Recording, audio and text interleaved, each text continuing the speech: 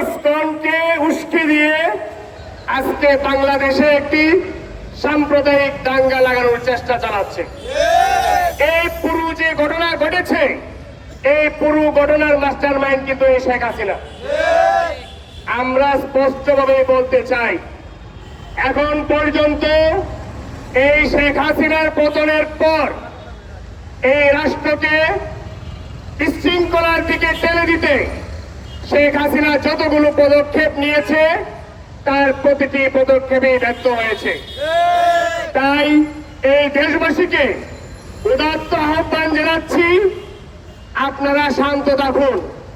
এই সরকার আমাদের, এই রাষ্ট্র আমাদের, সুতরাং আমাদের যে ভাইকে নৃশংসভাবে হত্যা করা হয়েছে সেই হত্যার বিচার অবশ্যই বাংলাদেশে হবে। আমরা হিন্দু ভাইদেরকে বলতে চাই, আপনাদের যখন দুর্গাপূজার আয়োজন চলছিল তখন এই ছাত্র জনতা আপনাদের প্রত্যেকটা মন্দিরের নিরাপত্তা নিশ্চিত করেছিলাম। এই বাংলাদেশে এই দীর্ঘ 20 বছরে, বিগত 20 বছরে যে নিরাপত্তা কেউ পায় নাই, সেই নিরাপত্তা কিন্তু এবার পুজোয় আমরা দিয়েছি। বাংলাদেশের কোথাও কোনো পূজা মণ্ডপে কোন রকম হামলা হয় নাই।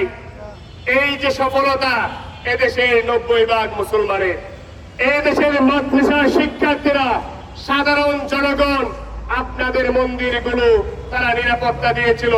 কিন্তু আজকে দুঃখের সাথে বলতে হয়, আপনারা চট্টগ্রামে আমার সেই অ্যাডভোকেট ভাইকে আপনারা কুপিয়ে হত্যা করেছেন, মসজিদে হামলা চালিয়েছেন।